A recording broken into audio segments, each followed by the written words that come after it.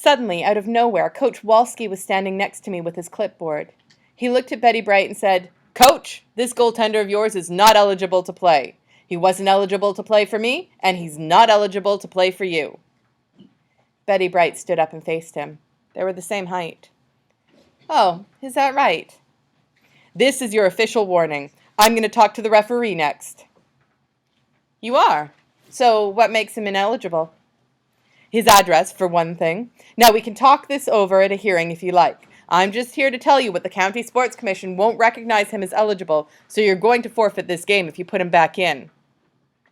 "Is that how it is?" "Yes. I'm sorry, but that's how it is." "Uh-huh. Did you see my other goaltender? Her mother had to drive her back home because she's sick. Did you see her? She's Chandra Thomas." Coach Walski stared at her blankly as Betty Bright continued. "Do you know where she lives?" "Coach, she lives in Tangerine, with her mother and her brother. Do you know who her brother is? He's Antoine Thomas. Your football star at the high school here? Antoine Thomas lives in Tangerine, too. Now, are you sure you want to play that county eligibility game with me?" Coach Walski took a step back. His face seemed to flatten out like she had hit him with a shovel. He said, "I'm sure Antoine Thomas has a different address." "Oh, I'm sure he does, but he doesn't live there. I can take you and show you, or any officials of any commission, exactly where he lives." Coach Walski continued backing away. This time he didn't stop. All right, let's just play ball."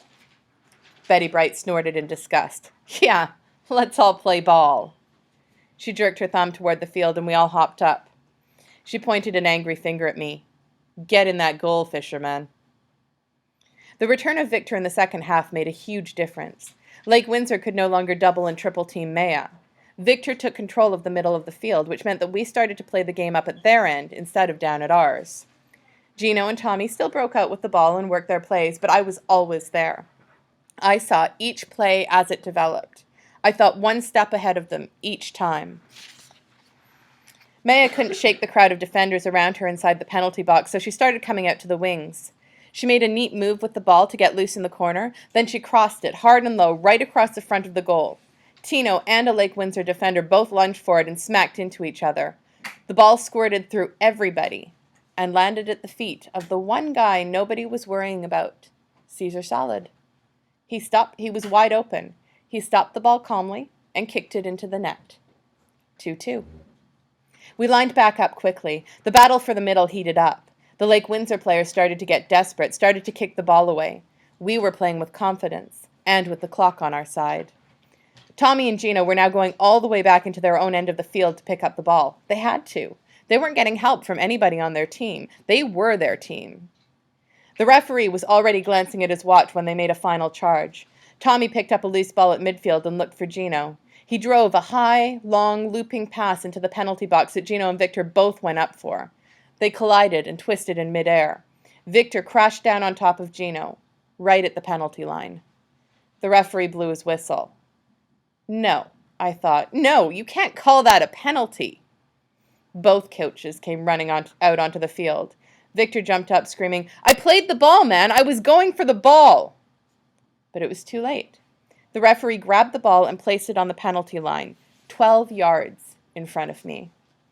Coach Walski asked, "How much time is left?" The referee answered, "This is it." He turned to Betty Bright. "The penalty occurred right before the end of regulation." "Yeah, sure it did," she snarled. She walked up to me. "You ready for this?" "Yeah." "What are you going to do?" "He always hits his penalty shots high and to the left. That's where I'll be." She nodded. Then she smiled, lowered her voice, and said, "Now I wish I'd given you more playing time." The players from both teams lined up outside the penalty box. Everyone except Gino and me. He looked at me, touched the ball with his foot, and stepped back 3 paces. The referee blew his whistle. Gino's head snapped up and he sprang forward 1, 2, 3 steps. I catapulted myself into the air, high and to his left. But Gino didn't kick it there. He'd fooled me completely. He went the other way with it. I was a fool, flying through the air. I was a fool landing on the ground. I closed my eyes and buried my head in my arms, trying to block out the whooping cheers. Then I snapped my head up. It was Victor's voice that was whooping. I turned and looked back at the goal. The ball was not in the net. It was off to the right and still rolling away down into the sinkhole. Gino had missed. He'd missed to the right. The rest of the War Eagles mobbed me and hoisted me up. We all started to jump up and down and whoop together. I stopped and stepped out of the pack when Gino came over. He patted Victor on the back and said, "Congratulations." Then he put his arm around my shoulder and said, "Mars, you were in my head on that shot. You made me miss. You made me choke." I shook my head vehemently. "You didn't choke, Gino. You missed, that's all." He wasn't the least bit upset. "It's cool, I don't mind. It's only a game, Mars." As he walked away, I was still shaking my head. I said out loud, but too low for him to hear, "Maybe to you it is." Spectators were out on the field now. Someone tapped my shoulder and said, "Good game, Paul." I knew that it was Carrie, but by the time I turned around, she was already walking away with Kara. Joey wasn't with them. Louis Cruz pounded me on the back and said, "I didn't know you were a goalie. Great game, great game." I said, "Thanks, I'm glad you think so." Then Mum was standing in front of me. She said, "Are you okay?" "Yeah." "Now what does this mean, Paul? Are both teams co-champions?" "No. We're the champions. We have the better record. We're 9-0-1, they're 9-0-2. "Oh. Now do you want to ride home?" "No, I want to go back on the bus." "That doesn't make sense, Paul. I'd have to follow the bus all the way there and then drive you right back here." "That's right, Mum. That's what you're going to have to do." She thought about it, then put her hands up in a mock surrender. "Okay, I give up." I worked my way back toward the bus, shaking hands with a couple more Lake Windsor players. Mr. Donnelly called out, "Come over here, Paul." He and his photographer had set up a shot with Caesar and Maya. It was comical. Maya towered 2 feet over Caesar. "Come on, we need you to balance out this shot." I shook my head. "No, sir, it shouldn't be me. It should be Victor." "Then let's get Victor too. Where is he?" Mr. Donnelly located Victor and posed the 4 of us for the front page of tomorrow's sports section.